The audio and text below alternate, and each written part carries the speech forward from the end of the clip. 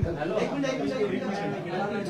राऊतांनी आज आरोप केला आहे की एकीकडे संसद गळतीचा जो व्हिडिओ आला त्यावरून त्यांनी टीका केली की त्या ठिकाणी स्विमिंग पूल जे आहे ते झालं होतं, इकडे संसद गळते, दुसरीकडे राम मंदिरला सुद्धा गळती लागली असं त्यांनी म्हटलं. स्वतःच्या पक्षातली गळती तर आधी बघा म्हणा.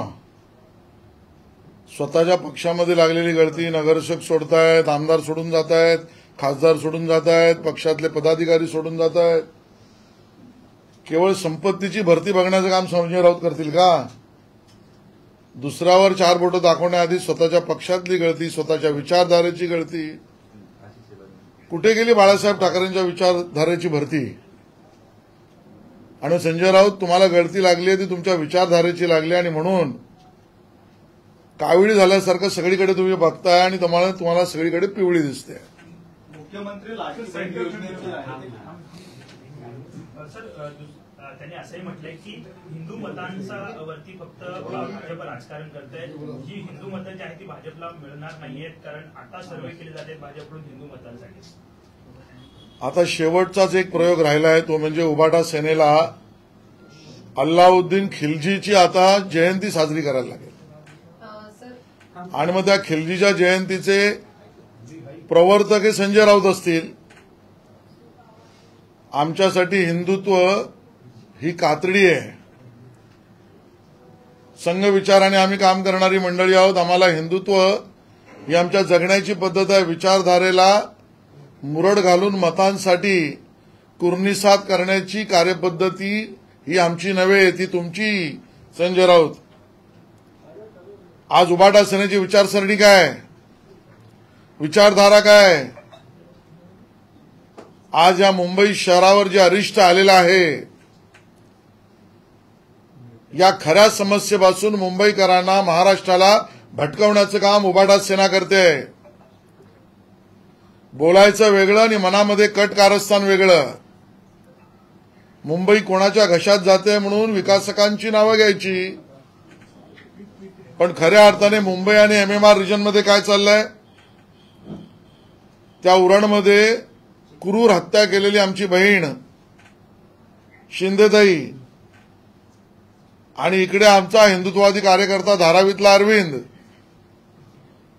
कोण आहेत आरोपी यामध्ये? तुम्ही आम्हाला प्रश्न विचारता म्हणून संजय राऊत उत्तर द्या. यातले आरोपी कोण आहेत? त्या शिंदेताईंच्या इथे कोणतरी दाऊद शेख आहे. त्या शिंदेताईंना कोणतरी दाऊद शेख मारतोय. ते हिंदुत्ववादी कार्यकर्ता अरविंद, याला कोणतरी जुमन, रफीक, अल्लू हा मारतो. ही नावं काय आहेत? कोणाच्या जीवावर आहेत? यांना एवढा कॉन्फिडन्स कुठून आला? उबाटा सेना आणि ही जी हिरवी पिलावळ आहे हे एकमेकाला पूरक आहे, यांची आघाडी आहे. या मुंबईला गिळंकृत करण्याची आघाडी आहे. हिरव्या पिल्लावळीनं मुंबईला गिळंकृत करावं म्हणून ही हिरवी पिल्लावळ आणि उबाटा सेना यांनी मिळून अल्लाउद्दीन खिलजीचा समारोह करायचा ठरवलाय. मग हिंदुत्वासाठी आम्ही उभे राहणार. मताची आम्हाला चिंता नाही. मुंबई ह्या हिरवी पिलावळीच्या घशात आम्ही घालू देणार नाही. महायुती म्हणून उभे राहूच. माझा सवाल आहे, तुम्ही मानवतेच्या, कायदा सुव्यवस्थेच्या या गोष्टी महाविकास आघाडी आणि उबाटा सेना करते, त्या अरविंदच्या घरी संजय राऊत तुमचा एक माणूस का नाही गेला? त्याच्या शव यात्रेवर सुद्धा दगडफेक. आणि माझा आरोपच आहे की ही मॉब लिंचिंग आहे. मुंबईतली पहिली मॉब लिंचिंग, शहरातली मॉब लिंचिंग आहे. मॉब लिंचिंग म्हणजे काय? एका जमावाने स्वतःच पनिशमेंट, त्या ठिकाणी शिक्षा द्यावी, कायदा हातात घेऊन त्याला मॉब लिंचिंग म्हणतात. ही व्याख्या आहे मॉब लिंचिंगची. अरविंदच्या केसमध्ये काय झालंय? अरविंदच्या केसमध्ये तो एका अनधिकृत बांधकामाची तक्रार करतो. तू तक्रार का केलीस म्हणून हिरवी पल्लावळ उठते. त्याला आणि त्याच्या मित्रांना मारतात, कायदा हातात घेतात, जणू काही शिक्षा द्यायचा अधिकार त्यांनाच आहे. तो अरविंद आणि त्याचे सहकारी पोलीस स्टेशनमध्ये गुन्हा दाखल करतात. तू पोलीस स्टेशनमध्ये का गेला? निर्णय करण्याचा अधिकार आम्हाला आहे, तो जमाव ठरवतो. हा अल्लू पल्लू टल्लू जी आहेत, आणि मग ते त्याचा खून करतात. ही मॉब लिंचिंग आहे. ही सगळी मंडळी आता गप्प काय आहेत? अरविंदच्या मॉब लिंचिंगवर केवळ आरोपींची नावं अल्लू, रफिक, जुमन ही आहेत म्हणून गप्प आहेत का? आणि म्हणून संजय राऊत आणि उद्धवजी, तुमची जी भूमिका देवेंद्रजींच्या विरोधामध्ये निपटवून टाकण्याची आहे तो यातलाच एक भाग आहे, वेगळी घटना नाहीये. ही एक साखळी आहे. तिथे योगीदास शिंदेचा खुनी दाऊद, इथे अरविंदचे खुनी आहे सगळी मंडळी. आणि मग दुसऱ्या दिवशी उद्धवजी म्हणतात की गृहमंत्र्यांना मी निपटून टाकीन, तू किंवा मी. कोणाला बळ देण्यासाठी? या हिरवा पल्लावळीला बळ देण्यासाठी तुम्ही मुंबई गिळंकृत करा, हे उभाटा सेनेचं म्हणणं. आणि पोलीस आणि गृहमंत्र्यांना मी त्या ठिकाणी गिळंकृत करतो. हे खेळ चालू देणार नाही. तुमचं आव्हान स्वीकारलंय, थेट स्वीकारलंय. मुंबई आज सुरक्षित करू देणार नाही. मुंबई आणि मुंबईकर सुरक्षित करण्याचं अभियान हे आम्हीच करू. मुंबईकरांच्या बरोबर आम्ही उभे राहू. आणि हिंदुत्व ही आमची कातडी आहे. तुमच्यासाठी शर्ट असेल, झब्बा लेंगा असेल, आमच्यासाठी ती कातडी आहे. ही तुम्ही सगळी क्रोनॉलॉजी सांगितली की कोरोनाचं प्रकरण असेल, अरविंद वैशीचं प्रकरण असेल किंवा ओढच्याचा मुद्दा असेल, या सर्व मुद्द्यावर हिंदुत्वासाठी महायुती म्हणून येणाऱ्या काळामध्ये तुम्ही अधिक आक्रमक होणार आहात का? मुळामध्ये आमची तळपायाची आग मस्तकात गेली आहे. पोलिसांना काम करू द्यायचं नाही, गृहमंत्र्यांना घराबाहेर पडू देणार नाही, निपटवून टाकू सांगायचं. सरकार आणि संविधानिक प्रक्रियेवर प्रश्न निर्माण करायचे. सुरक्षित मुंबई अभियान हे महायुतीचा पुढचा कार्यक्रम असेल. मुंबईकरांना सुरक्षा देण्यासाठी त्यांचा संपर्क ही आमची कार्यपद्धती असेल. त्यांच्यावर होऊ घातलेले आक्रमण, मग ते कोणी फेरीवाल्यांचे असतील, ते कुठेतरी आक्रमण करणाऱ्या अन्य गुंडांचे असतील, त्या ठिकाणी चालवणाऱ्या अड्डे असतील, त्या ठिकाणी चालवणारे अनधिकृत बांधकाम असतील, त्या ठिकाणी लँड जिहाद असेल, वोट जिहाद असेल, या सगळ्याच्या विरोधात मुंबई आमची सुरक्षित या नावानेच महायुतीचं अभियान आम्ही सुरू करणार आहोत. हिंदू मत तुम्ही बोलताय, पण कामं काय केली ती सांगा, असं संजय राऊत. डोळे उघडा, दिसतील. मुळामध्ये हाच प्रश्न राहुल गांधींना राऊत विचारतील का? विचारा, काय कामं केलीत? तुम्ही मिठी मारलीत राहुल गांधींना, राष्ट्रवादी काँग्रेस शरद पवार गटाला, आबू आझमीला घरामध्ये बोलून मिठी मारलीत समाजवादी पक्षाला, तेव्हा प्रश्न नाही विचारला की आबू आझमी तुम्ही मुंबईसाठी काय काम केलं? त्या भागामध्ये वाढलेलं अनधिकृत बांधकाम, काही ठिकाणी मिळणारे आतंकवादी, काही ठिकाणी मिळणारे गुन्हेगार त्या भागात लपून राहतात, ही कामं. आम्हाला प्रश्न विचारताना कामं विचारतात, उत्तर देऊच.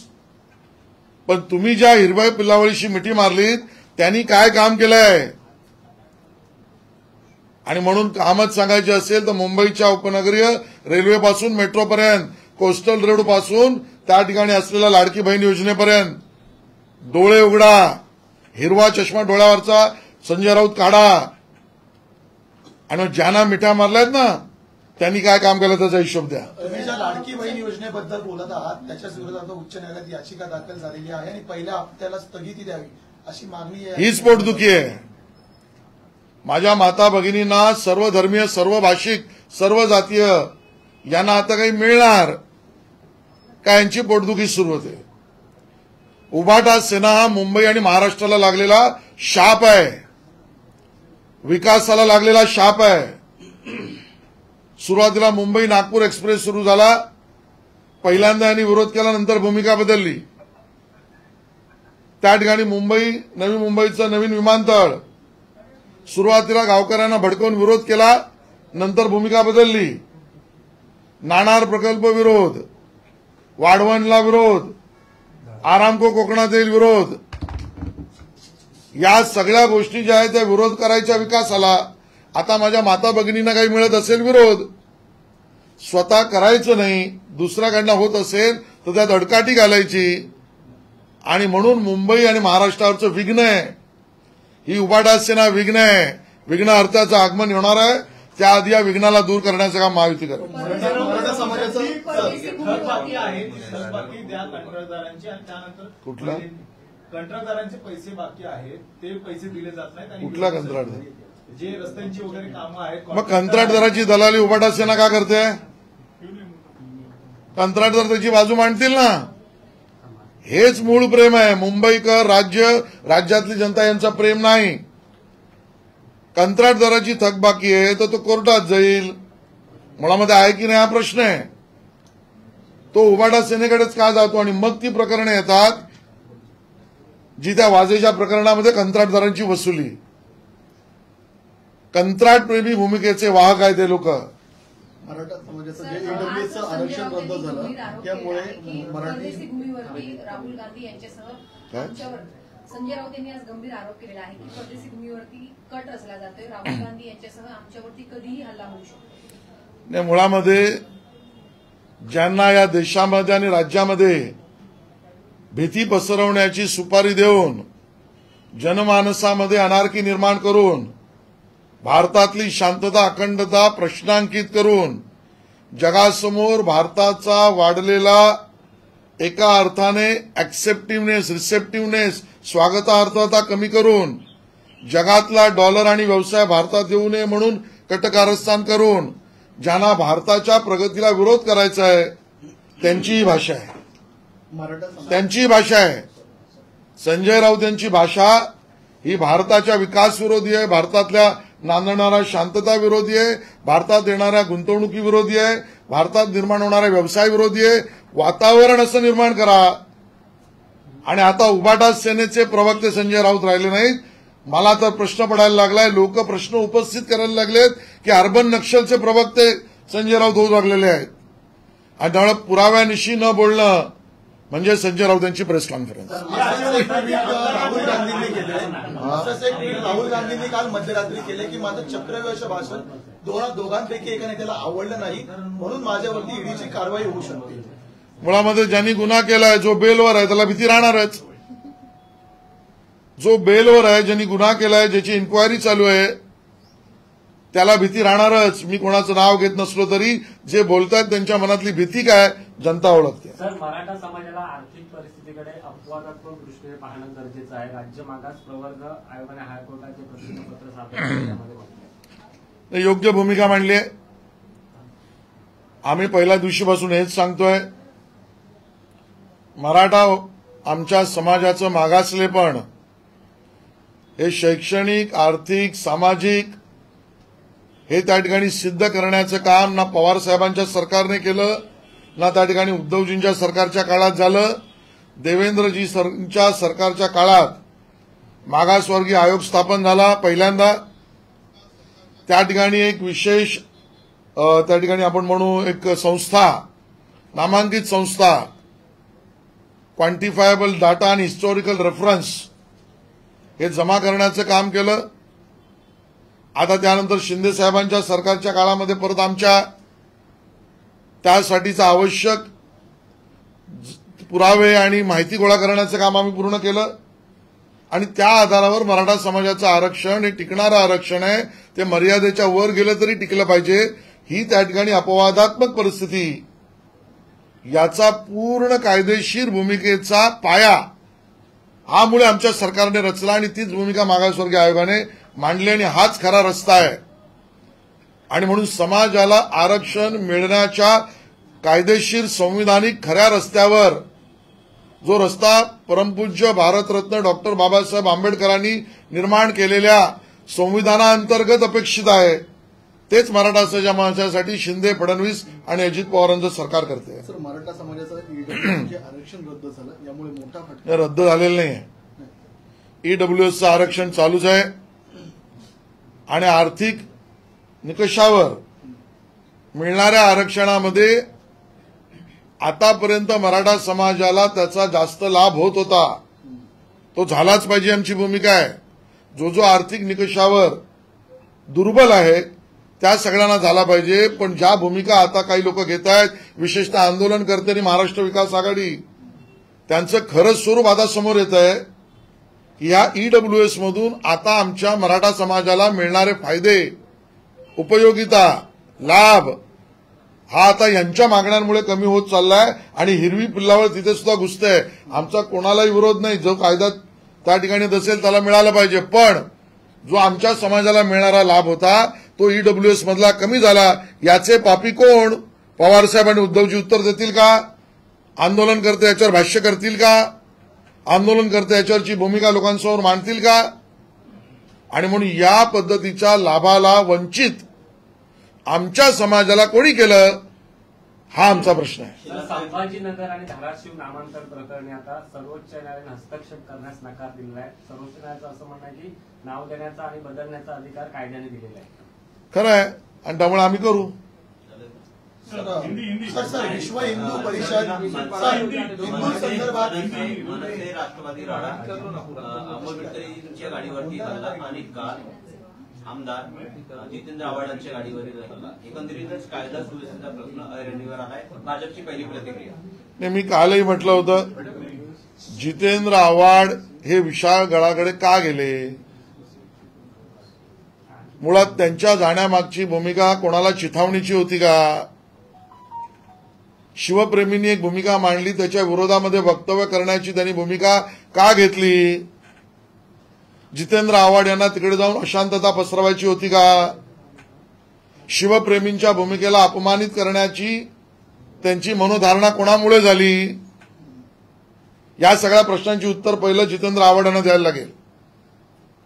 आणि मग त्यांच्या या ज्या भूमिका आहेत ना, आमचा त्याला विरोध आहे. त्यांच्या भूमिकांचा निषेध आणि धिक्कार आम्ही करतोय. ही जेवढी स्पष्ट भूमिका आहे तेवढीच कायदा कोणी हातात घेऊ नये ही आमची भूमिका स्पष्ट आहे. सर, अजितदादांनी जागा वाटपाबाबत एक महत्वाचं विधान केलंय. ते म्हणतात जागा वाटपात सिटिंग जागांना आधी प्राधान्य दिलं जाईल आणि काही जागांमध्ये नंतर बदल होऊ शकतो. मुळामध्ये महायुतीमध्ये आमच्या स्तरावर, वरिष्ठ स्तरावर हे ठरलेलं आहे. जागा वाटपाच्या विषयामध्ये जो निकष, जे उमेदवार, ज्या भूमिका एकनाथ शिंदेजी, देवेंद्र फडणवीसजी, अजितदादा पवार, रामदास आठवलेजी, अन्य आमचे मित्रपक्ष याचे प्रमुख नेते बसून ठरवतील, त्याच्यावर प्रवचन पुढे कुठल्याही प्रवक्त्याने करण्याचा अधिकार नाही. त्यामुळे मी त्यावर भाष्य करणार नाही. सुप्रिया सुळेंनी अजित पवारांवर टीका केली होती की वेषांतर करून हे देशाच्या गृहमंत्र्यांना भेटतात, ही देशाच्या सुरक्षेसंदर्भातली बाधा आहे, या संदर्भात मी तक्रार करणार. अजितदादांनी त्याला उत्तर दिलेलं आहे, जर असं काय असेल हे तुम्ही उघडकीस केलं तर मी राजकारण सोडेल, अन्यथा तुम्ही सोडा. वेषांतराच्या तर स्पर्धाही भरतात, वेशभूषेच्या स्पर्धाही भरतात. तर गणपती आलाय, नवरात्र आलाय, मग त्या आमच्या गणपती नवरात्रीतल्या वेशभूषाने वेषांतराच्या स्पर्धेला कटकारस्थान म्हणून सुप्रिया सुळे या तक्रार करणार आहेत का? कुठूनही हिंदू कार्यक्रमांमध्ये होणाऱ्या कार्यक्रमांच्या बाबतीमध्ये एक विरोधी वातावरण निर्माण करायचं ही यांची छुपी भूमिका आहे. अजितदादांची भूमिका अजितदादांनी स्पष्ट केली आहे. एखाद्या माणसाला माझं तर म्हणणं आहे कुठला वेश परिधान करायचा हे स्वातंत्र्य आहे तुम्ही म्हणणार, मग सुप्रियाताई तिकडे आपली त्या ठिकाणी भूमिका मांडणार की तुम्ही आम्हाला कोण शिकवणार आहे, आम्ही कॉलेजला काय घातलं पाहिजे, पार्टी प्रोग्रामला काय घातलं पाहिजे, आम्ही वेषांतर, वेशभूषा, वेशावर आमच्या पोशाखावरचे निर्णय आम्हाला करायचा अधिकार आहे, ते स्वातंत्र्य आम्हाला दिलंय. अगदी उघड्या नागड्यांचंही समर्थन करण्याच्या भूमिका या सुप्रियाताई तुम्ही मांडता. मग तुमच्या भावाने वेषांतर केलं तर विरोध काय केलं की नाही मला माहित नाही, पण वेशेवर आणि पोशाखावर जबरदस्ती इथे व्यक्ती स्वातंत्र्य आड येत नाही का सुप्रियाताई? पहिले याचं उत्तर द्या. राहुल गांधी यांनी एक ट्विट केलेलं आहे. ते म्हणतात की राहुल गांधींनी ट्विट केलं, ते म्हणतात की लोकसभेमध्ये मी चांगलं भाषण केलं त्यामुळेच मला ईडीची कारवाईची भीती वाटते. मुळामध्ये स्वाभाविकता राहुल गांधीजी एका पक्षाचे मोठे नेते आहेत म्हणून मी ते शब्द वापरत नाही, पण शाबासकी आणि गुणवत्ता ही दुसऱ्याने ठरवायची असते. मी चांगला वागलो, मी चांगला बोललो, मी चांगला लिहिलं, माझी वर्तणूक चांगली आहे हे स्वतः करणाऱ्याने बोलायचं नसतं. त्याचं गुणांकन, गुणवत्ता आणि शाबासकी दुसऱ्याने द्यायची असते. एवढा साधा प्रमेय राहुल गांधीजींना माहित नाही. सर, हिंदू समाजाच्या बाबतीत सातत्याने बोलताय, हिंदू समाजाच्या बाबतीत सातत्याने बोलताय, मात्र विश्व हिंदू परिषदेने सरकारच्या निर्णयावर आक्षेप घेतलेला आहे. देवस्थानची जमीन जी आहे ती वर्ग 2 पासून वर्ग 1 करण्याच्या निर्णयाविरोधात आता आंदोलनाचा इशारा विश्व हिंदू परिषदेने दिला. विश्व हिंदू परिषदेला त्यांची भूमिका मांडण्याचा पूर्ण अधिकार आहे, आंदोलन करण्याचाही अधिकार आहे. समस्त हिंदू समाज, समस्त हिंदुस्थानमधले नागरिक यांच्या बाबतीत कुठल्याही संघटनेला आपलं मत मांडण्याचा अधिकार आहे आणि महाराष्ट्राचं सरकार विश्व हिंदू परिषदेच्या मागणी आणि भूमिकेचंही स्वागत करून विचार करील आणि चर्चा करेल. भाजपचे जे निष्क्रिय आमदार आहेत, काही रिपोर्ट आला आहे, तर त्या निष्क्रिय आमदारांची काही तिकीटे कापली जाणार आहेत का? असा कुठलाही रिपोर्ट माझ्या पाहणीत नाही आणि भाजपचे जेवढे आमदार सक्रिय आहेत तेवढे आमदार महाराष्ट्र विकास आघाडीचे सक्रिय आहेत का याचं उत्तर त्यांनी पहिलं द्या.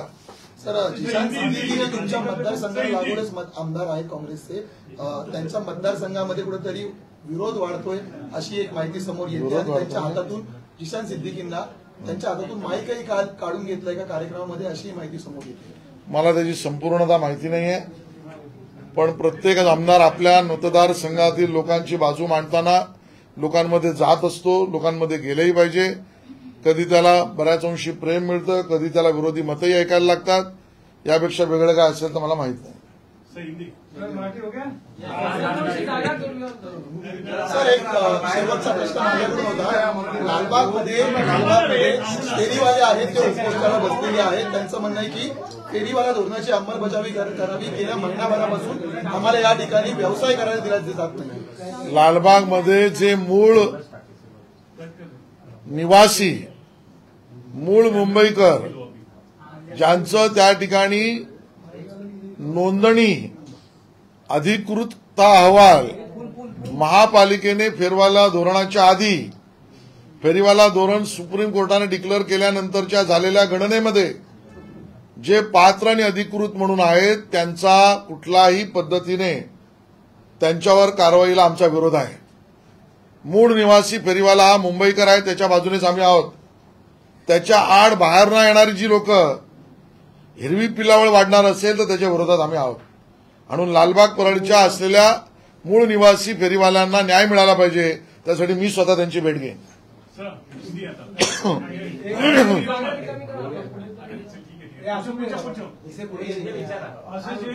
आशीष जी, महाराष्ट्र में राजनीति में जो प्रवृत्ति हिंसक बढ़ रही है, भाषा भी बिगड़ रही है.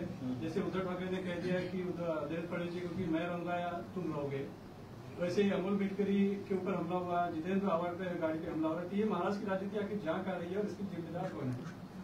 दोनों विषय अलग है, लेकिन मैं स्पष्ट रूप से दोनों विषय का एकत्रित उत्तर देना है तो महाराष्ट्र विकास आघाड़ी महाराष्ट्र की एकता, अखंडता और शांतता को भंग करने का जानबूझकर कभी ओपनली कभी छुपे तरीके से प्रयास कर रही है और इसकी जिम्मेदारी महाराष्ट्र विकास आघाड़ी की है. गत कुछ दिनों से जो घटनाएं मुंबई और एमएमआर रीजन में हो रही है, विशेष रूप से लोकसभा के चुनाव के बाद जिन मतों के आधार पर अपने उम्मीदवारों को जीत करने का काम महाराष्ट्र विकास आघाड़ी के सांसदों और नेताओं ने किया, वो जो मतदार विशिष्ट वर्ग के हैं उनके संतुष्टिकरण को लेकर एक अशांतता का माहौल मुंबई और एमएमआर रीजन में हो रहा है. उसका परिणाम हमने देखा कि उरण में हमारी बहन शिंदे ताई के ऊपर क्रूर हमला हो गया, उसकी हत्या की गई. और मुंबई में हमारा हिंदुत्ववादी एक कार्यकर्ता अरविंद, उसकी भी पुलिस के सामने उसका भी खून और हत्या कर दी गई. हम महाराष्ट्र विकास आघाड़ी के प्रवक्ताओं को पूछना चाहते हैं कि दोनों केस में आरोपी, गुनहगार, खूनी का नाम क्या है? आप सवाल पूछते, इसके लिए हम ये जवाब दे रहे हैं. वहां योगिता शिंदे के खून के लिए दाऊद शेख और हिंदुत्ववादी धारावी का कार्यकर्ता अरविंद, उसके मर्डर के पीछे अल्लू, रफीक, जुमन. ये इनकी हिम्मत कैसे बढ़ी? ये लोकसभा चुनाव के बाद इनकी हिम्मत क्यों बढ़ी? और जब पुलिस और गृह मंत्रालय उनके ऊपर महाराष्ट्र का कड़ी कार्रवाई करने के लिए निकल पड़ेगा, उसी दरमियान, उसी समय पर, उसी को देखकर श्रीमान उद्धव जी ठाकरे बयान करते हैं महाराष्ट्र के उप मुख्यमंत्री और गृह मंत्री देवेंद्र जी पर, या तो तुम रहोगे या तो मैं रहूंगा। ये चैलेंज की भाषा राजनीतिक चैलेंज के लिए नहीं है, ये इन प्रकार के विशिष्ट वर्ग के आरोपियों को बताने के लिए कि तुम चिंता मत करो, हम गृह मंत्री और पुलिस को निपटा देंगे। ये छुपा एजेंडा है और इसके लिए इस प्रकार की सोच, इस प्रकार की समझ, इस प्रकार का संतुष्टिकरण ये मुंबई और महाराष्ट्र को असुरक्षित कर रहा है। आवाज और नारे दिए जा रहे हैं मुंबई किसकी, मुंबई किसके जेब में डाली जाएगी, लेकिन ये संतुष्टिकरण का कारण है। और इसके लिए महायुति अभी अभियान चलाएगी, आमची मुंबई सुरक्षित। इस अभियान को लेकर मुंबई वासी, मुंबईकर, अनधिकृत बांधकाम, अनधिकृत दादागिरी, इस प्रकार की गुंडागर्दी, इस प्रकार का विशिष्ट वर्ग का संतुष्टिकरण, इसके खिलाफ मुंबई को बचाने के लिए मुंबई आमची सुरक्षित अभियान हम करने वाले हैं। जहां तक जितेंद्र आव्हाड जी का सवाल है, हमारे सवाल है उनको, आप यहां से विशालगढ़ क्यों गए? आपके वहां जाने के पीछे की योजना क्या थी? क्या आप वहां पर अशांतता फैलाने के लिए गए थे क्या? वहां पर जो आंदोलनकारी शिव प्रेमी है उनकी भूमिका का विरोध करने के लिए आप वहां क्यों गए? शिव प्रेमियों को अपमानित करने की भूमिका आपने क्यों रखी? आप इस हेतु से जाते हो, इस भूमिका का हम धिक्कार करते हैं, हम निषेध करते हैं। शिव प्रेमियों की भूमिका के खिलाफ बोलना यह हमें मंजूर नहीं है। ये स्पष्ट रूप से जब हम बात कहते हैं तब ये भी स्पष्ट करते हैं कि कायदा, सुव्यवस्था, कानून और व्यवस्था किसी ने भी हाथ में लेने की जरूरत नहीं है। सर, दूसरा ये कि हम देख रहे हैं कि संजय राउत लगातार जिस तरह की बयानबाजी कर रहे हैं, खासकर वो कह रहे हैं कि जिस तरीके से दाऊद एक समय पर अंडरवर्ल्ड को कंट्रोल किया करता था मुंबई की, उस तरीके से मुंबई अब गुजरात से कंट्रोल होती है, तो कहीं ना कहीं आपकी तुलना वो दाऊद से कर बैठता है। संजय राउत शायद भूल गए, वो पहले क्राइम रिपोर्टर भी थे मुझे लगता है, तो इसके लिए उनके दिमाग में ऑलवेज क्राइम, क्रिमिनोलॉजी और क्रिमिनल्स, इनके सपने पड़ते हैं और वही उनका क्राइटेरिया है। मैं उनसे सीधा सवाल पूछता हूं कि आपके उम्मीदवार कीर्तिकर, उन्होंने चुनाव प्रचार में वो कन्विक्टेड एक्यूज डोसा, जो दाऊद का हस्तक बोल के जिसने बॉम्ब ब्लास्ट किया, उसकी मदद क्यों ली? डोसा के साथ डोसा खाने की भूमिका उद्धव ठाकरे की पार्टी की क्यों है? अजमल कसाब को समर्थन की भूमिका लेने वाले संजय राउत आपका दल क्यों है? नवाब मलिक आपके पार्टी का और आपके मंत्रालय का मंत्री था, आपके सरकार का मंत्री था। दाऊद की बहन के प्रॉपर्टी को रिझाने की भूमिका उद्धव ठाकरे और संजय राउत की पार्टी की क्यों थी? और इसके लिए संजय राउत जी अभी अपने पार्टी का नाम बदल दो, दाऊद सेना कर दो, और उसके खिलाफ का संघर्ष करने के लिए मुंबई वासियों की सेना हमारी है। सर, संजय राउत का बयान आया कि राहुल गांधी पर देश के बाहर हमला हो सकता है, इस तरह से बयान दिया उन्होंने, साहब क्या? तो संजय राउत जी प्रोटेक्शन बोल के हवालदार उनके साथ जाए, दुनिया भर में घूमे। हर भारतीय की सुरक्षा अपनी सरकार की प्राथमिकता है, लेकिन इस प्रकार का षड्यंत्र और भय फैलाकर जनमानस में ऐसा वातावरण दुनिया भर में करना कि भारत में कोई सुरक्षित नहीं, भारत की सरकार किसी को सुरक्षा नहीं दे सकती है, भारत में आने वाला डॉलर सुरक्षित नहीं, भारत में आने वाला रोजगार सुरक्षित नहीं, भारत में आने वाला इन्वेस्टमेंट सुरक्षित नहीं, ये माहौल खड़ा करने की भूमिका संजय राउत और इंडिया अलायंस की क्यों है? वजह स्पष्ट है। भारत को दुनिया में जिस प्रकार से स्वागत हो रहा है और भारत में जिस प्रकार का निवेश आ रहा है, भारत के युवा रोजगारों को काम मिल रहा है, उस पर अनास्था निर्माण करो और भारत के प्रगति को रोको। ये जो लार्जर भूमिका रखने वाले लोगों के प्रवक्ता संजय राउत है। सर, आज राहुल गांधी ने बीती रात में लगभग 2 बजे के आसपास ट्वीट किया और वो कहते हैं कि 2 in 1 को संसद में मेरा चक्रव्यूह भाषण पसंद नहीं आया, ईडी के अंदरूनी सूत्रों ने मुझे बताया कि मेरे खिलाफ रेड की योजना बनाई जा रही है। देखो उसका उत्तर इतना ही है, वो प्रसिद्ध गाना है, चोर मचाए शोर, राहुल गांधी शोर क्यों बचा रहे हैं? चोर मचाए शोर, ठीक है। बहन योजना जो सरकार लाई है उसी को लेकर कल कांग्रेस ने प्रोटेस्ट किया, लाडला खड्डा योजना नाम से पॉटहोल्स के। तो भाई खड्डे के कॉन्ट्रैक्टर तो आपके पार्टनर उबाटा सेना के दोस्त है, तो लाडला मित्र खड्डे वाला मित्र ऐसा उनको मिट्टी मारो। चलो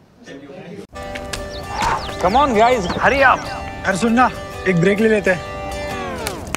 guys I am telling you, तुम लोगों को सही से ट्रैकिंग नहीं आता, but that's okay, you can learn. रोज का ढक्कन देना। ये रेड वाला है, सही वाला देना। अबे ढक्कन, पहले तो सही पानी पीना।